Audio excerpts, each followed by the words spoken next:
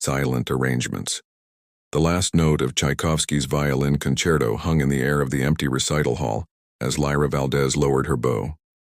Sweat beaded along her hairline despite the autumn chill seeping through the old building's windows. She'd been practicing for 6 hours, losing herself in the music to avoid thinking about tomorrow when she would marry a stranger. "Your grandfather would be proud," came a gentle voice from the shadows. Lyra didn't turn. Would he, abuela? Proud that his granddaughter is selling herself to fulfill his last wish. Elena Valdez emerged from the back of the hall, her silver hair gleaming under the stage lights. "That's not what this is, mijita, isn't it?" Lyra carefully placed her violin, a Stradivarius that had been in the family for generations, into its case. "I marry Ethan Blackwood, a man I've met exactly twice, and in exchange I get grandfather's inheritance and a position at Westwood Conservatory. He gets," she hesitated, "whatever it is he wants from this arrangement." "Respectability," Elena supplied. "The commission for the Kennedy Center requires a certain image. Apparently brilliant but reclusive composers with questionable past don't qualify." Lyra laughed bitterly. "So I'm to be his redemption and he's to be my meal ticket. How romantic." "It's for 1 year, Lyra. Then you can both go your separate ways if you wish." Lyra snapped the violin case shut.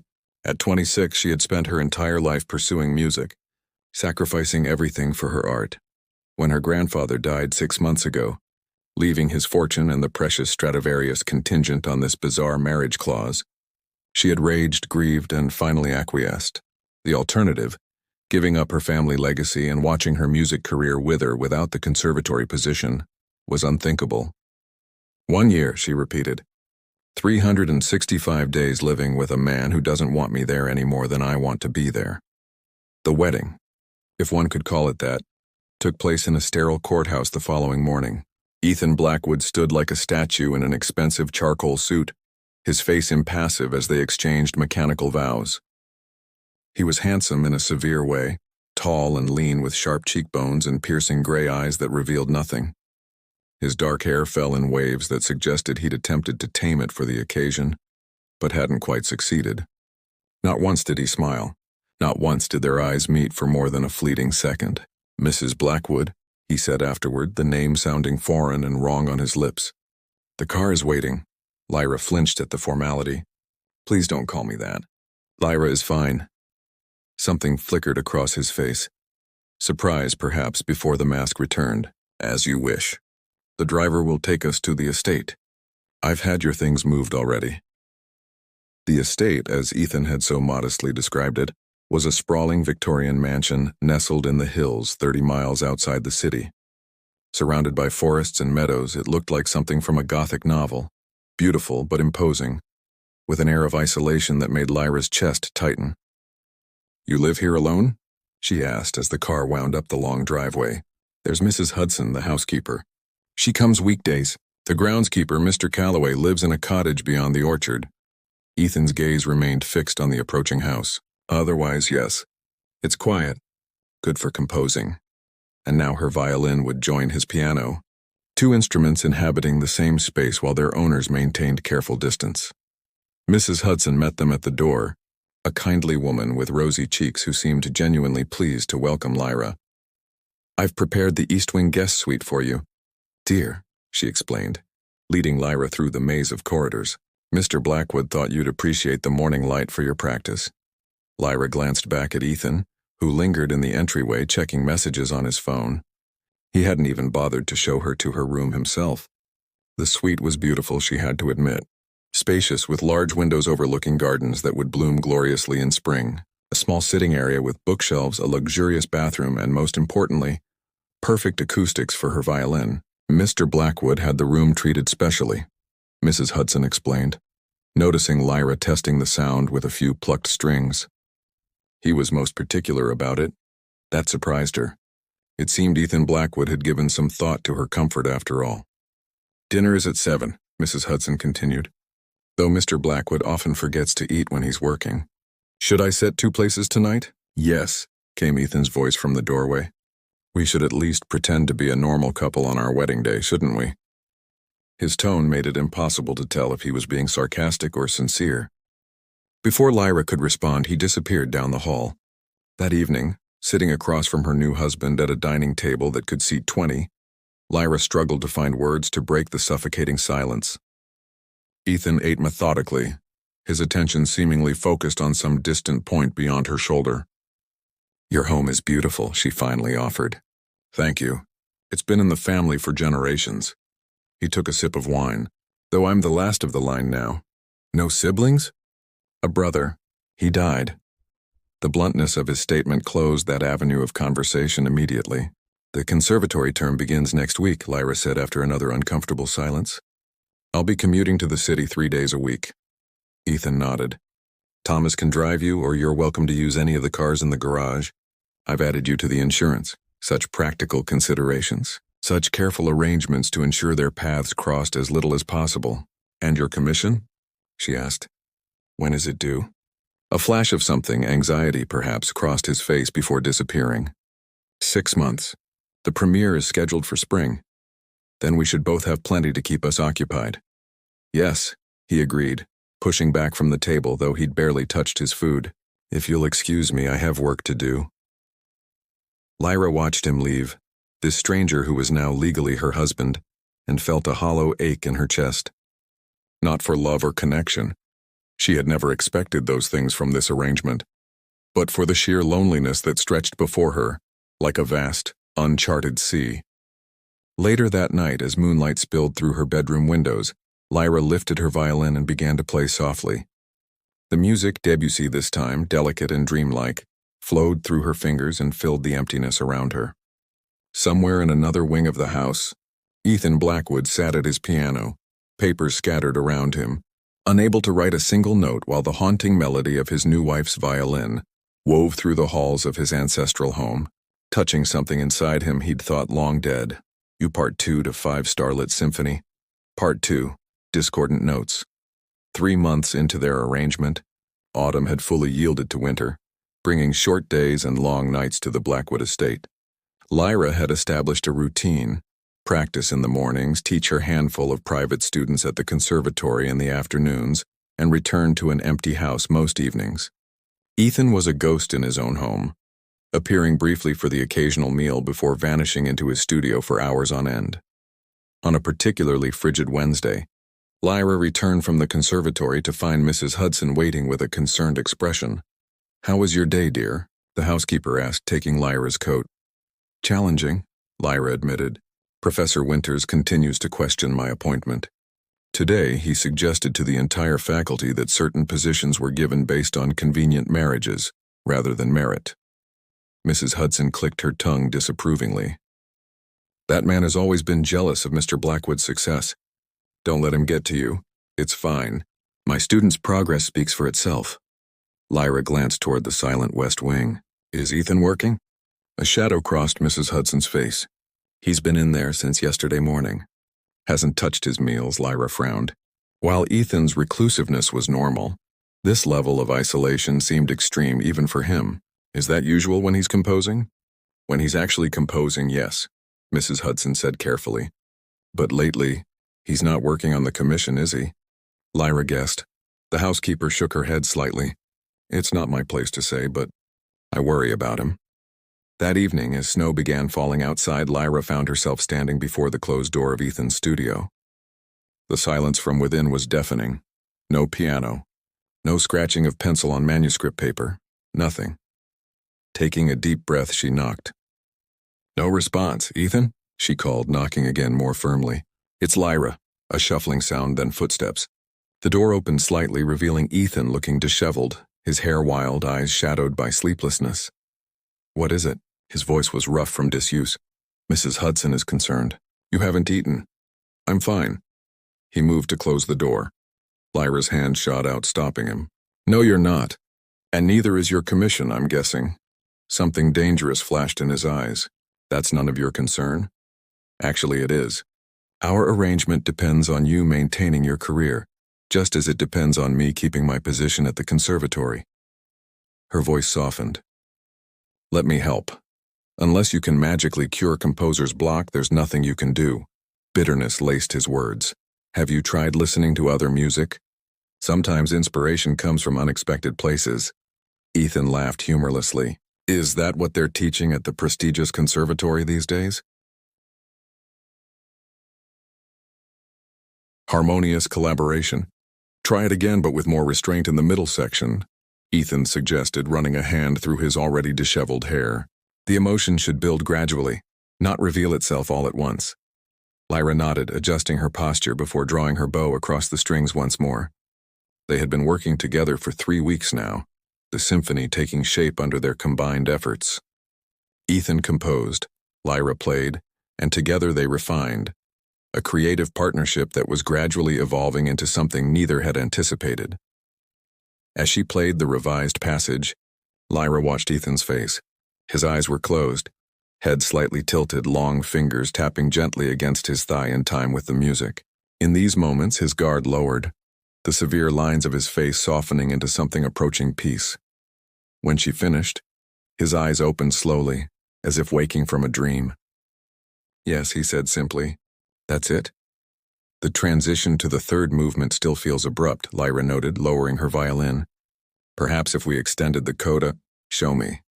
Ethan moved to the piano, his sleeve brushing against her arm as he passed, the closest they had come to touching since their courthouse handshake. They worked until the winter sunset painted the studio in hues of amber and gold. Ethan played while Lyra stood behind him, watching his hands move across the keys with mesmerizing precision. Sometimes she would lean forward to make notations on the manuscript, her hair falling over his shoulder as she reached across him, careful never to make contact yet increasingly aware of his proximity. It's getting late, Ethan observed eventually, the room now illuminated only by the desk lamp. We should stop for today. Just one more run-through of the new section, Lyra suggested, reluctant to end their session. He nodded, returning to the piano while she raised her violin once more. As they played, thunder rumbled in the distance, the first spring storm approaching. The music swelled with the gathering tempest outside, building to a crescendo that coincided with a brilliant flash of lightning, followed by darkness as the power failed. The final notes hung in the sudden silence and darkness. Well, Lyra said softly. That was dramatic timing. She heard Ethan chuckle, a genuine, warm sound she'd never heard from him before. Wait here, he said. There are candles in the kitchen. Minutes later, the studio was bathed in the soft glow of candlelight. Ethan had returned with not only candles but also a bottle of wine and 2 glasses.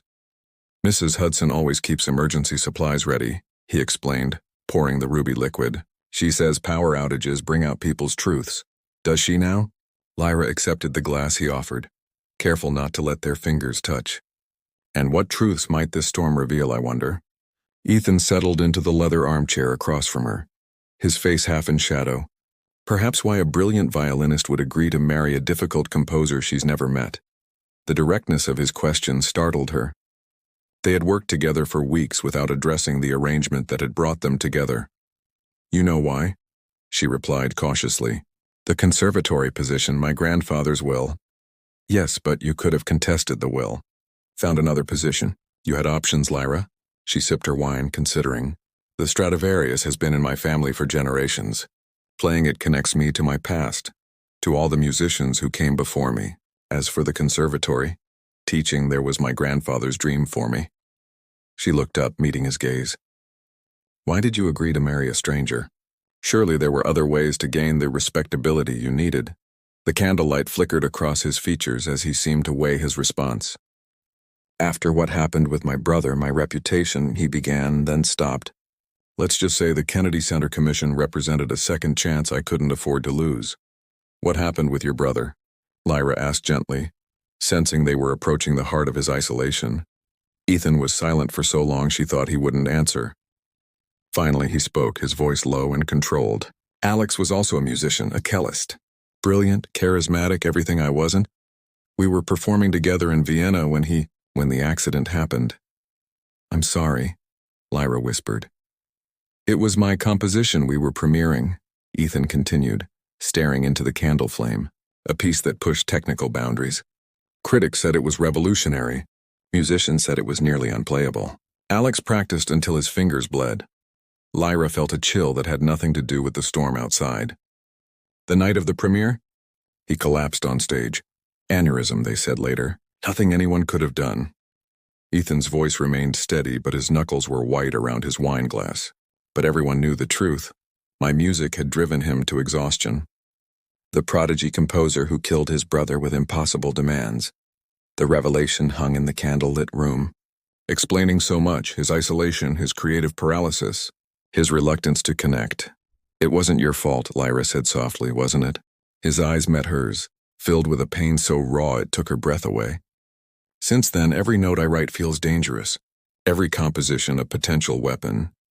Is that why you haven't been able to write the Kennedy Center piece? You're afraid of what it might do? Ethan nodded almost imperceptibly. Until you started playing for me. Your violin, it somehow makes the music safe again.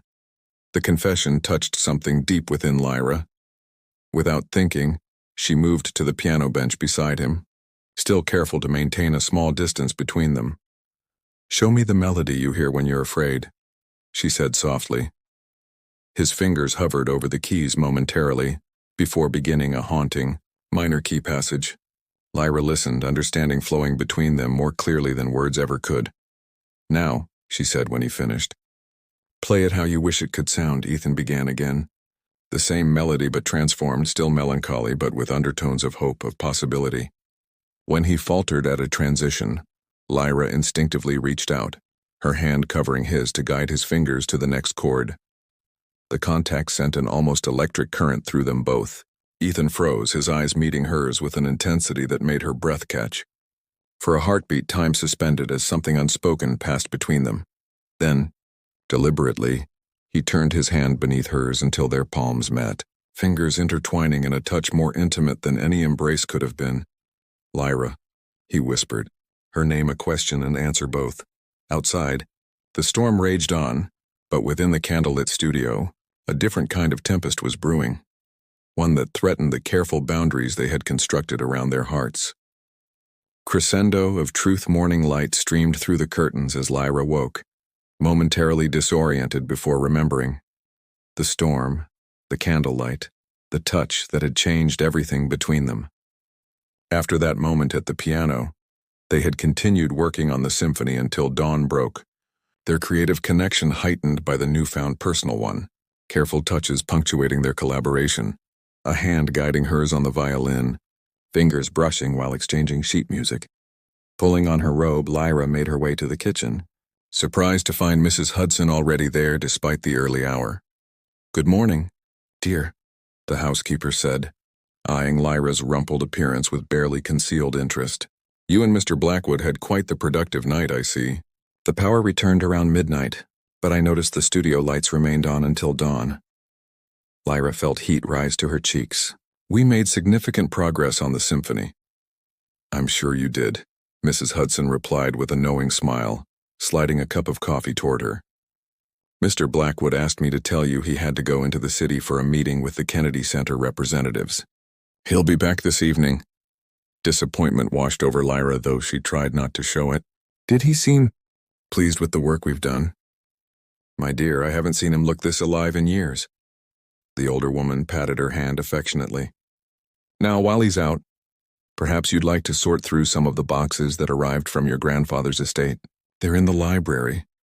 Lyra had almost forgotten about the remaining items from her grandfather's home. After his death, most possessions had gone into storage until her marriage was finalized. Now surrounded by cardboard boxes containing fragments of her past, she felt a pang of melancholy. How would her abuelo feel about the path she'd chosen? About the unexpected turn her arrangement with Ethan was taking? She worked methodically, unpacking books, photographs, and sheet music, memories flooding back with each item. Near the bottom of the final box, she found a manila envelope labeled Blackwood Agreement in her grandfather's handwriting. Curiosity piqued. Lyra opened it and began reading the documents inside. Her blood ran cold as she processed the contents: financial statements, correspondence between her grandfather and Ethan, and finally, the contract itself. There in black and white, Ethan Blackwood had paid her grandfather $5 million for their marriage arrangement. The room seemed to tilt as implications crashed through her mind. This wasn't just a mutually beneficial agreement. It was a transaction. She had been purchased, her talent, her family legacy, her very presence in Ethan's life, all for a price. And last night, when she had begun to believe there might be something real growing between them. "Lyra?" Mrs. Hudson's voice called from the doorway. "Are you all right? You look pale." "I need some air," Lyra managed, gathering the documents and hurrying past the concerned housekeeper. In her suite, she paced frantically, rereading the contract multiple times as if the words might somehow change. How could her beloved grandfather have done this? How could Ethan have pretended their arrangement was equal when he had essentially bought her? When Ethan returned that evening, Lyra was waiting in his study, the documents spread across his desk. His smile upon seeing her faded quickly as he registered the papers, and her expression. "You paid my grandfather $5 million, she said flatly. Ethan's face drained of color. "Lyra, I can explain." "Explain what?" "That our entire relationship is based on a financial transaction. That while I thought we were entering a mutually beneficial arrangement, you were actually purchasing a convenient wife." Her voice cracked. "Last night meant nothing. It was just another investment paying dividends." "That's not true." Ethan moved toward her, stopping when she stepped back. "Yes, there was money involved, but it wasn't what you think." "Then what was it?" "Because from where I'm standing, my grandfather sold me to you, and you were happy to pay." "Your grandfather was dying," Ethan said quietly. "He needed to ensure your future was secure, not just financially, but artistically. The conservatory position, the Stradivarius, he was afraid they'd be lost to you. So he sold me instead." Tears threatened, but Lyra refused to let them fall. "No. He approached me because of my reputation, my connections in the classical music world. The money was his idea. He refused to leave you in my care without compensation." "Compensation," Lyra repeated bitterly, "like I'm property to be exchanged." "That's not how I see you," Ethan insisted, running a hand through his hair in frustration. "Not how I've ever seen you." "Really?" "Because you've spent months avoiding me, treating me like an unwanted houseguest. Until recently, when you discovered my violin could help your precious symphony." The hurt in her voice was unmistakable. "Was that part of the investment too? Exploiting my talent to resurrect your career?" Ethan flinched as if she'd struck him. "I deserve that," he acknowledged. "But last night, what happened between us, that was real, Lyra. How can I believe anything between us is real when it's founded on deception?" She gathered the documents with trembling hands. "I need space. Time to think. Where will you go?" "My friend Sophia has an apartment in the city. I'll stay there for a while." Panic flashed across Ethan's face. "For how long?" "I don't know." Lyra moved toward the door, pausing with her hand on the knob. "The irony is I was beginning to think." "To Hope?" She shook her head. "It doesn't matter now." As she packed a small suitcase, her phone rang. Her grandmother. "Abuela, I can't talk right now," Lyra said, voice thick with unshed tears. "Majita, listen to me," Elena Valdez insisted. "Mrs. Hudson called. She's worried about you, about what you found." "Did you know?" Lyra demanded. "About the money? About what Abuelo did?" "Yes," her grandmother admitted. "But not the way you think. Your grandfather wasn't selling you, Carita. He was trying to protect you while fulfilling a promise." "What promise?" "To Alexander Blackwood, Ethan's brother. They were friends, did you know that? Your grandfather taught him cello for years. After Alexander died, Ethan withdrew from music, from life. Your grandfather saw what was happening and promised to help. By forcing us into marriage, how does that help anyone? He saw something in both of you. Two wounded souls who could heal each other through music. The money was Roberto's way of ensuring Ethan would take the arrangement seriously, would give it a real chance." Lyra sat heavily on the bed, emotions warring within her. "Why didn't anyone tell me this?" "Your grandfather believed some things must be discovered, not told. He wanted your relationship with Ethan to develop naturally, without the weight of expectations." After hanging up, Lyra remained motionless, processing this new perspective on her situation. Regardless of her grandfather's intentions, the hurt of Ethan's deception remained. She needed time, away from the estate, away from him, to sort through her feelings. Meanwhile, in his studio, Ethan sat at the piano, a completed symphony before him. The music that had eluded him for months had finally poured out in a single night, following their shared moment at the piano. Every note, every phrase was infused with his feelings for Lyra, the admiration that had grown to respect, the respect that had blossomed into something much deeper. He had titled it simply, Lyra's Light. As he heard the front door close and her car pull away down the drive, Ethan realized with crushing clarity that he had fallen in love with his wife only to lose her to a truth he should have shared long ago. Perfect cadence, the Kennedy Center gleamed like a beacon against the night sky, its reflection rippling in the Potomac River. Inside, musicians of the National Symphony Orchestra warmed up, while attendees in formal attire found their seats for the world premiere of Ethan Blackwood's new symphony. In the green room, Ethan adjusted his bow tie with nervous fingers. 6 weeks had passed since Lyra left. 6 weeks of silence between them despite his attempts to reach her. The only communication had been through their lawyers. She had returned to teaching at the conservatory and requested space to reevaluate their arrangement. Tonight's performance would feature his completed symphony. Their symphony, though. Her name appeared nowhere in the program. She had been the heart of the composition, yet he couldn't even be certain she would attend. A knock at the door preceded the entrance of the orchestra director. 5 minutes, Ethan. Full house tonight. Your return to the spotlight has created quite the buzz. Ethan nodded, stomach churning. Has everyone arrived? The unspoken question hung between them. Is she here? All the special guests are seated, the director replied carefully. It's time. Walking onto the stage to polite applause, Ethan took his position at the conductor's podium. His gaze swept over the audience, searching for a familiar face among the sea of strangers, before settling on the orchestra before him. He raised his baton, then paused. The hall fell silent in anticipation. Before we begin, Ethan spoke into the microphone, his voice echoing through the hushed space. I'd like to say a few words about this symphony. This wasn't planned. The director shifted uncomfortably in the wings. This composition is called Lyra's Light, Ethan continued. Though the program lists only my name, it would never have existed without Lyra Valdez, my wife and the most extraordinary musician I've ever known. Murmurs rippled through the audience. Music speaks when words fail, and I've failed with words too often. This symphony is everything I couldn't say, about loss and fear, about finding hope when you least expect it, about the light one person can bring into a life of darkness. His voice caught slightly. It's about falling in love with your wife after marrying her for all the wrong reasons. With that, he turned back to the orchestra and raised his baton once more. As the first notes filled the hall, the gentle violin theme they had crafted together during the storm, Ethan allowed the music to speak the truth of his heart. From her seat in the back of the hall, Lyra listened, transfixed. She had slipped in just before the doors closed, uncertain until the last minute whether she could bear to attend.